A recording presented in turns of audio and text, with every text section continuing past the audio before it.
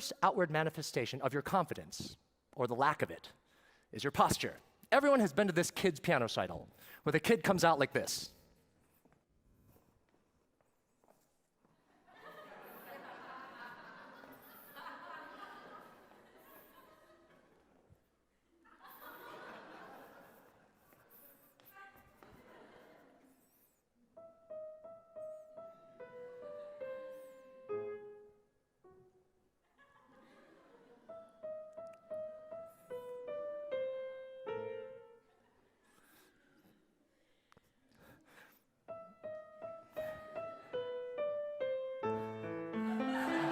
Right.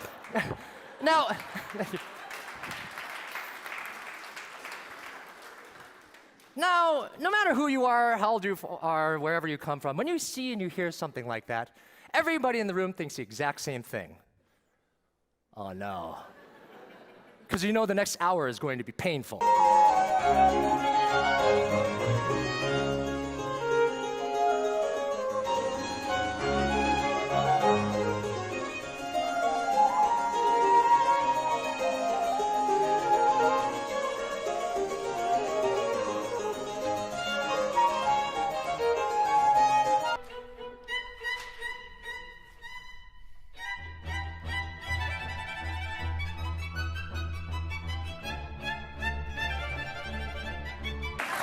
Now, the other thing I want to do is to tell you about you.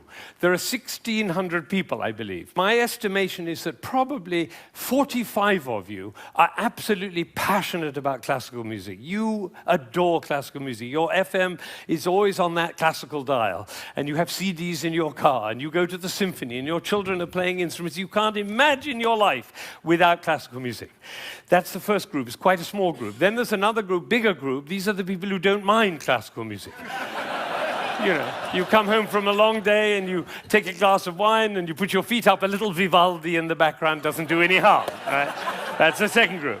Now comes the third group. These are the people who never listen to classical music. It's just simply not part of your life. You might hear it like secondhand smoke at the airport, but and maybe a little bit of a march from Aida when you come into the hall, but otherwise you never hear it. That's probably the largest group of all.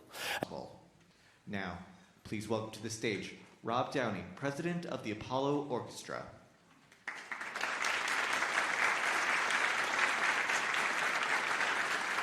Thank you very much. Welcome everyone. Thank you all for coming out to see us this evening here at the Kennedy Center. We are the Apollo Orchestra. We are a platform for many of the DC area's top freelance classical musicians, and we put on an annual series of free concerts throughout the DC area. Now tonight we are especially excited to have back with us as our special guest artist and soloist for you, we have the acclaimed international pianist Peter Orth.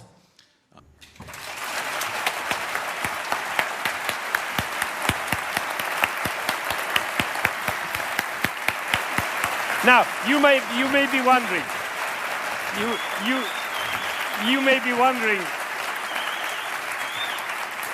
You may be wondering why I'm clapping. Well, I did this at a school in Boston with about 70 seventh graders, 12-year-olds.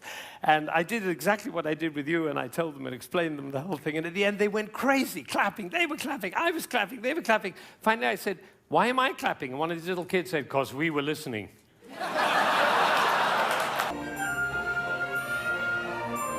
Hey, this conductor, famous one. I see him on TV.